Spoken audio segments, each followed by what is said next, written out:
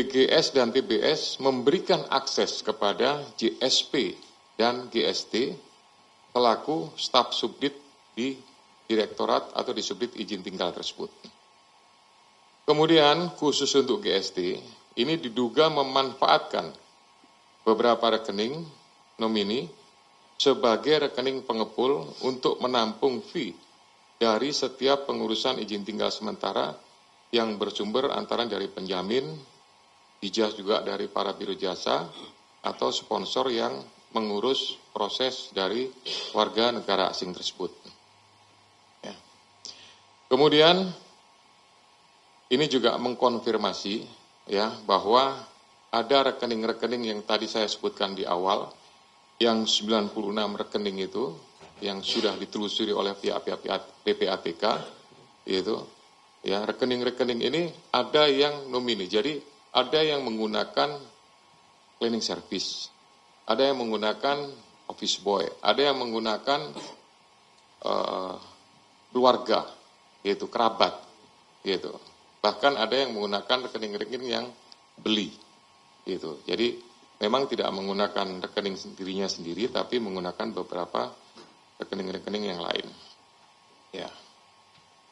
Jadi selama periode 2022 sampai dengan 2026, para pihak di Direktorat Jenderal IMIPAS, ya, atau sebelumnya di Kementerian Hukum dan HAM, itu menerima uang secara langsung, ya, baik tunai maupun transfer, baik yang melalui layering atau perantara, sekurang-kurangnya nilainya nominalnya adalah 145,5 miliar. Uang tersebut dibagikan kepada para oknum, ada pihak-pihak di Direktorat Jenderal Imigrasi yang setiap pekan di hari Jumat, ya salah satunya kepada saudara SK ini diperkirakan menerima jatah sekitar 100 juta rupiah per minggu. Kemudian untuk menyamarkan pembagian uang para pihak, ini yang bertugas membagikan ini, ya, memberikan atau menggunakan kode-kode distribusi khusus, seperti menggunakan istilah malaikat, yang dimaksud distribusi untuk para pejabat di lingkungan Direktorat Jenderal Imigrasi. Kemudian kode lainnya, ya ada beberapa pihak kan yang dapat bagian ini. Ini menggunakan istilah pembayaran konser, gitu. Jadi konser grup band.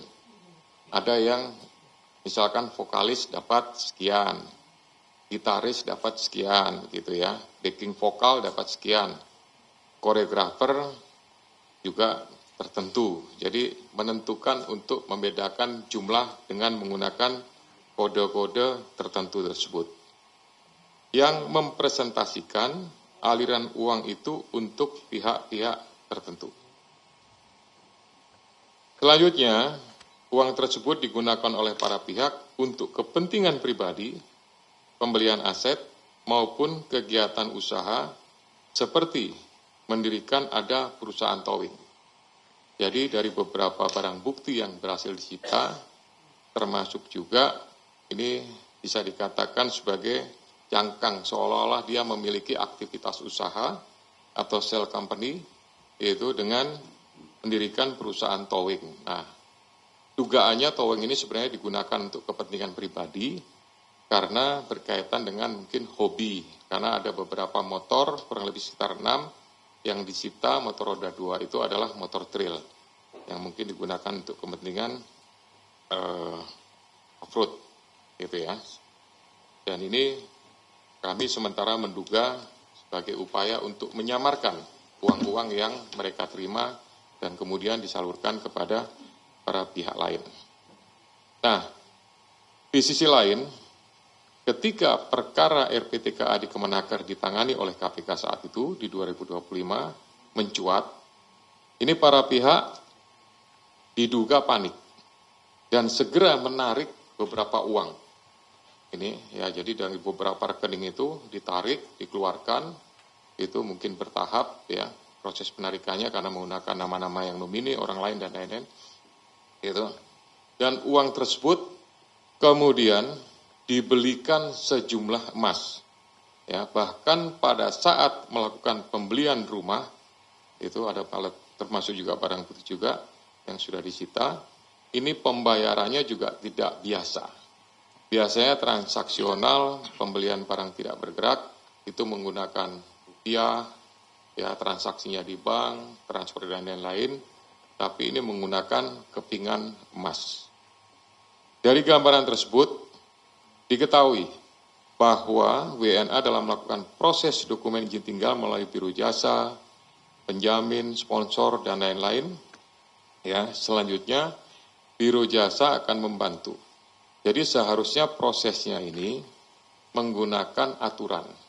Ada PP, saya catat ini, PP nomor 45 tahun 2024 yang menentukan tentang jenis dan tarif atas PNBP. Di situ disebutkan misalkan untuk pelayanan keimigrasian. Ya.